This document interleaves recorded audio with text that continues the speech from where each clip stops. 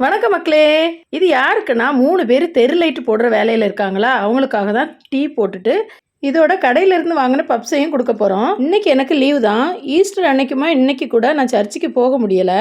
ஏன்னா வீட்டில் இவங்க ஒரு வேலையை வெளியே போயிட்டாங்களா, பெரியவளும் அம்மாவும் சர்ச்சுக்கு போயிட்டாங்க. ஜோமா மட்டும் தனியாக வீட்டில் விட்டுட்டு போக முடியாதுல்ல, அதனால நானும் அவங்க கூட வீட்டில் இருந்துட்டேன். மத்தியான சாப்பாட்டுக்கு மோர் குழம்பும் மீன் பொரிச்சதை பற்ற வச்சதும் அவரைக்காய் பொரியலும் செஞ்சாச்சு. மாசத்துல 2-3 நாள் தான் எங்க வீட்டில் ஒன்றா இருந்து மத்தியானம் சாப்பிட்றது மாதிரி இருக்கும். அது இன்னைக்கு நடந்துச்சு. 4 மணி ஆனாலும் வெயில் குறையவே இல்லைங்க. இன்னைக்கு டீக்கு பதிலாக எல்லாருக்குமே லெமன் ஜூஸ் போட்டு கொடுத்தாச்சு. முதல்ல சொல்லியிருக்கணும், இருந்தாலும் சொல்கிறேன். அனைவருக்கும் ஈஸ்டர் தின நல்வாழ்த்துக்கள். இது மாங்காய் தொக்கு, மாங்காவில் அரைச்சி செஞ்சது. மோர் குழம்புக்கு மாங்காய் தொக்கு சூப்பராக இருக்கும்.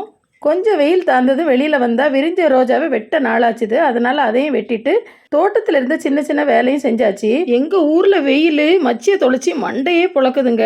அதுக்கு இந்த ஜூஸ் தான் சரியாக இருக்கும். மக்களே, வாழ்க்கையும் இப்படி தாங்க. கடந்த கால கசப்பை அப்பப்போ மனசுல இருந்து வெட்டி தூர போட்டாதான் தினம் தினம் போராட்டம் நிறைஞ்ச உலகத்தில் நம்மளால் வாழவே முடியும். இங்கே பாருங்கள், இது மாதிரி தான் போன முறை வெட்டினதுலேருந்து நல்லாவே துளிர் வர ஆரம்பிச்சிருக்கு.